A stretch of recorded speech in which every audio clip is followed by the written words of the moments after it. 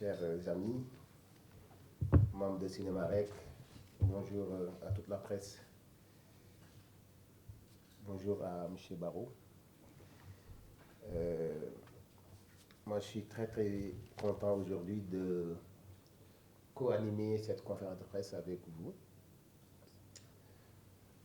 Dakarcourt, c'est Cinémarec, parce que sans Cinémarec, il n'y a pas de Dakarcourt.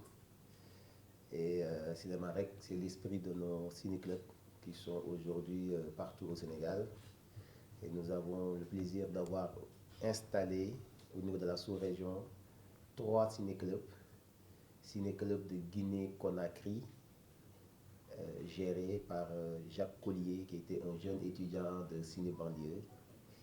Le ciné-club de Béni, géré par Emmanuel, qui est un talent Dakarcourt 2021. Et Image, un autre ciné-club qui est au niveau de Côte d'Ivoire, géré par Jemima. Cela veut dire que Cinémarec est en train de franchir les frontières au niveau sous-régional. Et l'idée, c'est d'installer et de mettre ensemble tous les ciné-clubs qui sont au Sénégal et dans la sous-région. Nous sommes aujourd'hui 18 octobre 2022. Ça fait un bon moment que nous travaillons pour l'édition anniversaire de Dakarcourt, la 5e édition. Nous allons donner les informations concernant les talents Dakarcourt. Vous savez que nous avons un programme pour initier tout ce qui est métier du cinéma aux jeunes, notamment les jeunes qui viennent des ciné-clubs. Ce programme Talent Dakarcourt, nous l'avons commencé depuis 2018. Chaque année, lors du festival Dakarcourt, nous recevons 30 jeunes qui nous viennent du Sénégal et de la sous-région pour suivre 2 semaines de formation. Et nous avons lancé l'appel à candidature Talent Dakarcourt le 1er août 2022 et nous avons clôturé le 30 août. Nous avons eu 1 mois d'appel à candidature et sur les 1 mois d'appel à candidature, nous avons reçu 334 dossiers de candidature. 334 dossiers de candidature pour la formation Talent Dakarcourt. Et c'était très difficile pour nous de faire une sélection parce qu'ils avaient très bien constitué leur dossier. Nous avons quand même finalement pu choisir 30 jeunes. Et Maguette va nous annoncer qui sont ces 30 jeunes qui vont suivre cette année du 28 novembre au 10 décembre une formation en métier du cinéma. Voilà, vous avez vu, c'est des jeunes qui ont entre 18 et 27 ans, des jeunes réalisateurs ou réalisatrices qui vont suivre cette formation Talent Dakarcourt. Pour le deuxième programme, Talent Dakarcourt Critique, qui concerne nos amis journalistes, c'est un programme très important. Nous l'avons pensé, on a demandé des conseils. Je pense à Ndate Diop qui était là l'année dernière avec nous, paix à son âme, qui avait beaucoup contribué à ce projet. Fatou Kene, votre présidente, qui a aussi beaucoup contribué. J'ai échangé plusieurs fois avec elle sur ce projet. Père Baba Diop, Olivier Barlet, tous ces journalistes qui aujourd'hui travaillent pour la culture et pour la culture cinématographique, pour que nos amis, confrères journalistes puissent avoir des outils pour pouvoir critiquer des films. C'est très important. Sans la critique, c'est difficile de faire développer une industrie cinématographique. Et du coup, nous avons pensé d'outiller nos journalistes sur ce domaine. Et l'idée, c'est de mettre en place une formation pour ça, 2 semaines de formation critique. L'année dernière, c'était la première édition. D'ailleurs, nous avons un lauréat de Talent Dakarcourt Critique qui était là, Judith, je pense, Judith, voilà. Ouais, elle est là, Judith. Et cette année, nous avons aussi reçu, on a lancé l'appel le 15 août, et on a clôturé le 30 août, 15 jours d'appel, et on a reçu 145 dossiers de candidature. 145 dossiers de candidature pour 15 jours seulement d'appel. Et je reçois beaucoup de messages parce que l'année dernière, c'était réservé aux journalistes sénégalais. Mais vous-même, vos confrères vous ont appelé. Moi aussi, ils m'ont appelé. Mais c'est pas possible que ça reste entre Sénégalais et Sénégalais, c'est pas possible. Au niveau panafricain, ils ont beaucoup appelé. Bah, on s'est dit, bah oui, on s'ouvre. Et c'est le cas. Cette année, nous allons le découvrir tout à l'heure. Sur les 145 dossiers reçus, 30 participeront à cette formation. C'est vos confrères que nous avons retenus, qui seront les talents Dakar Cours Critique pour cette année, pour suivre cette formation de renforcement de capacité concernant tout ce qui est critique cinématographique. Nous allons passer par la formation des talents de scénario, notre troisième programme, qui est un programme pour permettre les jeunes cinéastes qui ont des scénarios de les développer et de les encadrer pour développer ces projets-là. Et en décembre, lors du festival, ils pourront pitcher leur projet devant un jury. Et le meilleur scénario retenu va être produit l'année prochaine. Nous sommes en partenariat avec le GREC, qui est le groupe de recherche et d'essais cinématographiques. Cette boîte, il soutient que les premiers films, que ce soit les longs ou les courts. Il a été créé depuis 1982 par des cinéastes, par des professionnels du cinéma. Et on peut noter que le cinéaste sénégalais Moussa Sen Absa, son première œuvre a été accompagnée par le GREC. Et France Télévisions, qui est le deuxième partenaire de ce projet, qui fait le préachat du film, en fait, pour permettre ce film-là d'être vu en France, à la télévision française, et que le réalisateur puisse gagner des droits d'auteur. Lorsqu'on a lancé l'appel du scénario, on l'a lancé le 2 juin, il a été clôturé le 15 juillet. Nous avons reçu 29 scénarios. 29 scénarios. Nous, on a fait une sélection de 10 sur les 29. On a donné ces 10-là à un autre jury de sélection. Eux, ils ont lu et ils ont sélectionné 4. Il y a 2 femmes, 2 hommes qui seront en compétition. 4 scénarios ont été retenus. Ils ont suivi déjà une formation, un atelier de 2 semaines d'atelier. Nous allons découvrir avec Maguette qui sont ces 4 jeunes scénaristes qui ont déjà écrit leur scénario, et leur scénario va être présenté à Dakar Cours par un jury du 5 au 10 décembre. Voilà, merci. Son œuvre Lumière. Aïssatou Ndiaye Gueye pour Mon Prénom, Cheikhouna Mbaye pour Kassos et Hissène Ababakar Diagosso pour L'enfant que j'étais. Voici les 4 scénarios retenus. Voilà, merci beaucoup.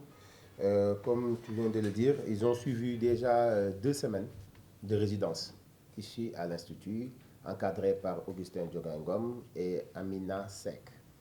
2 semaines de résidence, et ils continuent de travailler des versions qu'on va faire lire à des scénaristes qui vont faire des retours de scénarios progressivement jusqu'à décembre pour avoir la version finale des 4 scénarios.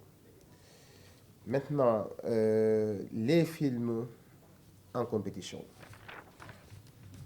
Oui, alors, les films en compétition. Donc, sur les, voilà, on a lancé l'appel le 1er avril et ça a été clôturé le 31 juillet. 1er avril, 31 juillet, nous avons reçu 256 films. 256 films. une augmentation de 48% par rapport à l'année dernière.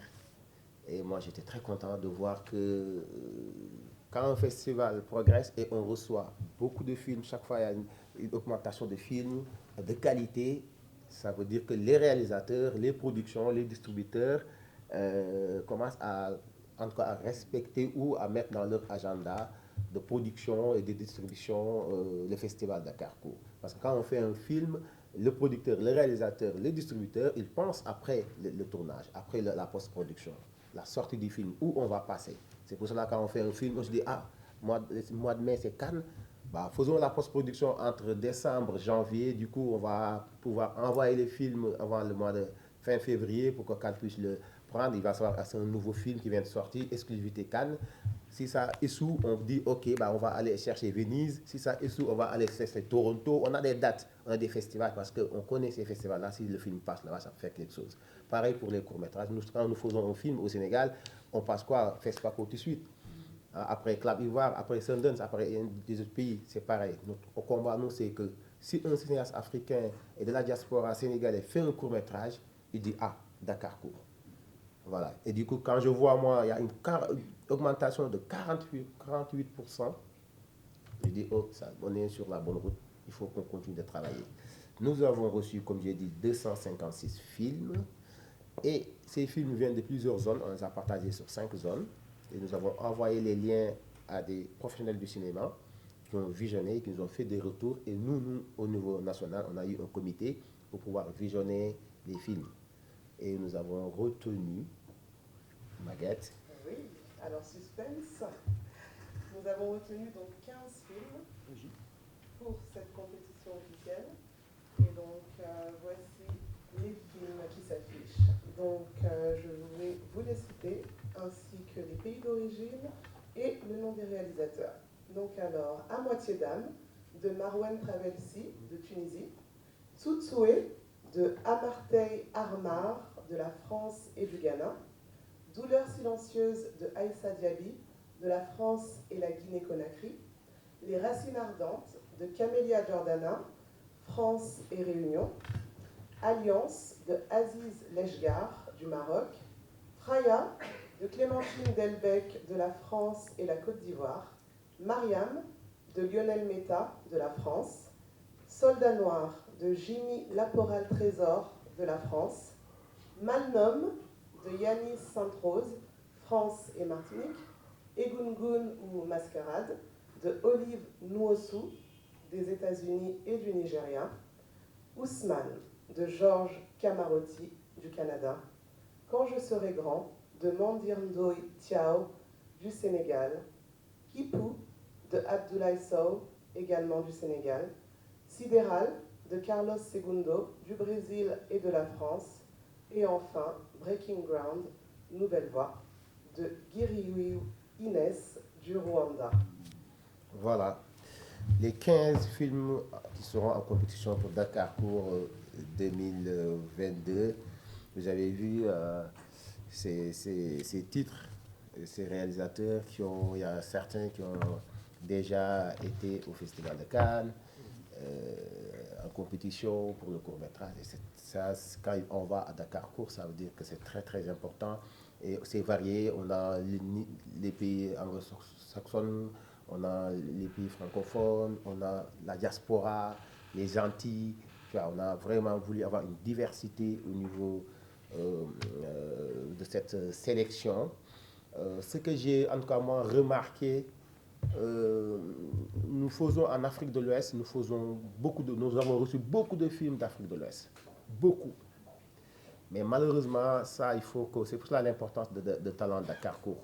Il faut que nous arrivions à former les réalisateurs et former les techniciens, former les producteurs. Parce qu'il y a beaucoup de films d'auteurs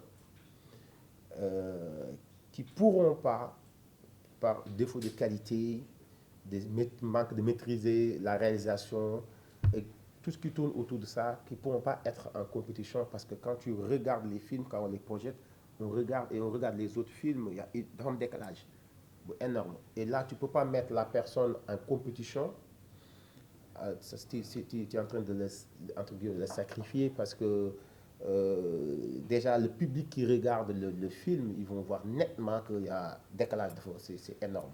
Du coup, moi, ce que j'ai constaté en tout cas, pour ce que nous avons reçu comme film, je répète qu'on a reçu beaucoup de films d'Afrique de l'Ouest, du Burkina, Côte d'Ivoire, Bénin, Togo, tous ces pays-là, ils ont envoyé.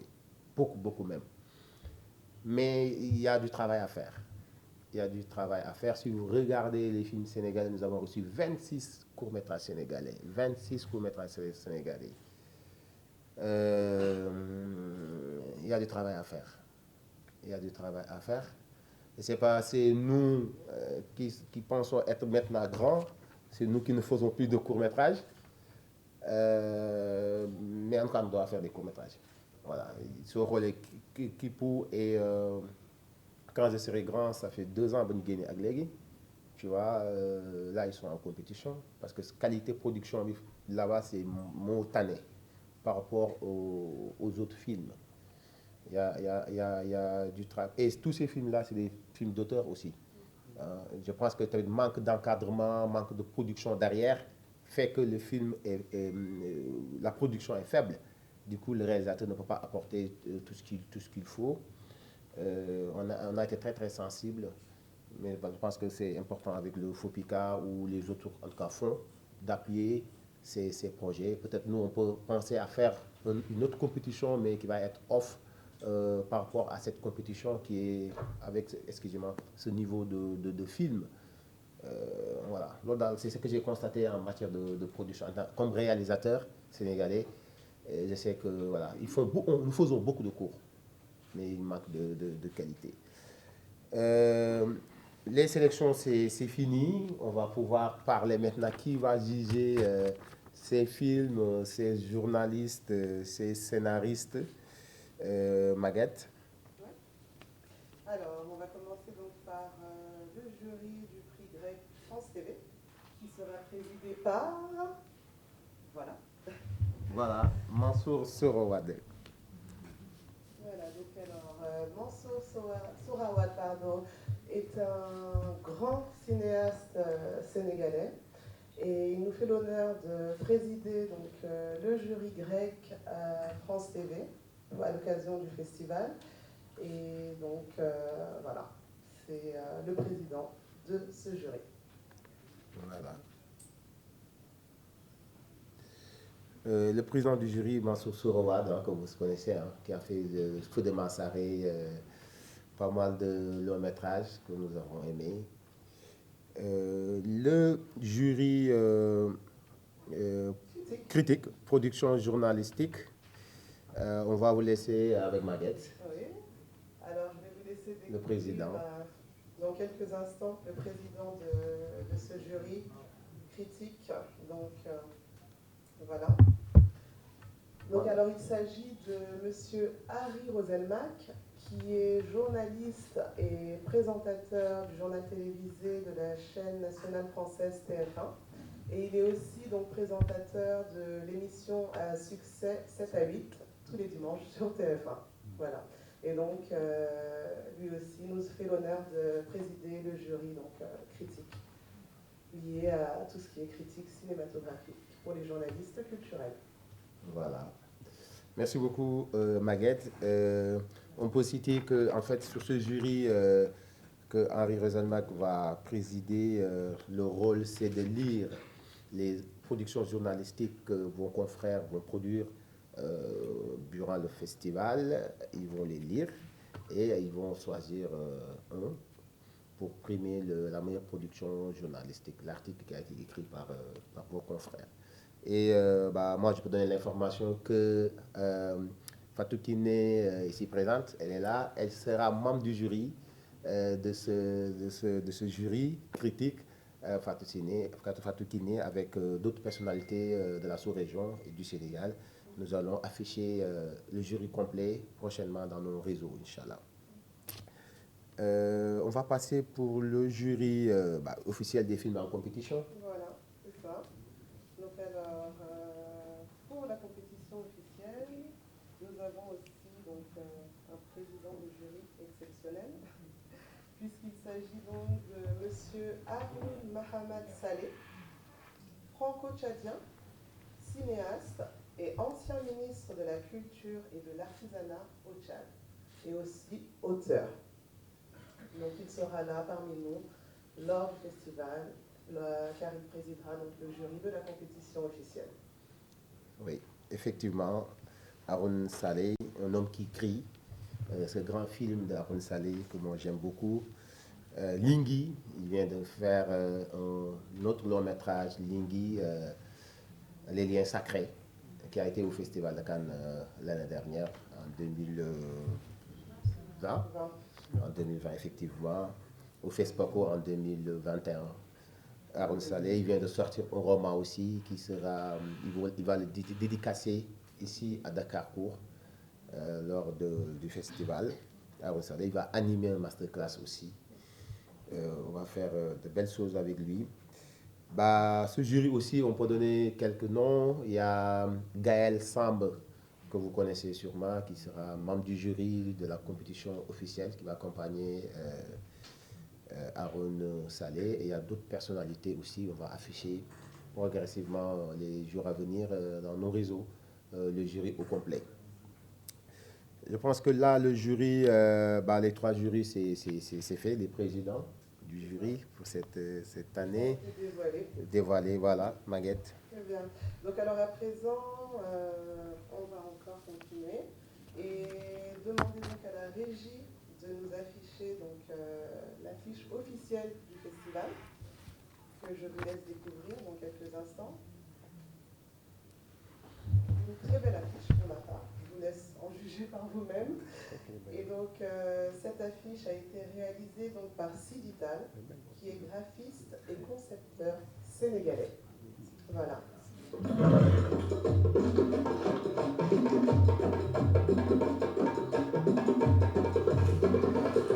Au revoir. Événement. La magie du cinéma, c'est à Dakar, capitale du court-métrage. Le Festival international du court-métrage de Dakar, c'est du 5 au 10 décembre 2022 dans les salles de l'Institut français de Dakar, de Canal Olympia et du cinéma Pathé. 15 films en compétition, des rencontres professionnelles, des masterclass, des projections de films, des formations au métier du cinéma gratuites, des concerts. Ne vous le faites surtout pas raconter. Cette 5e édition du Festival international de court-métrage de Dakar, Dakarcourt, c'est de la magie.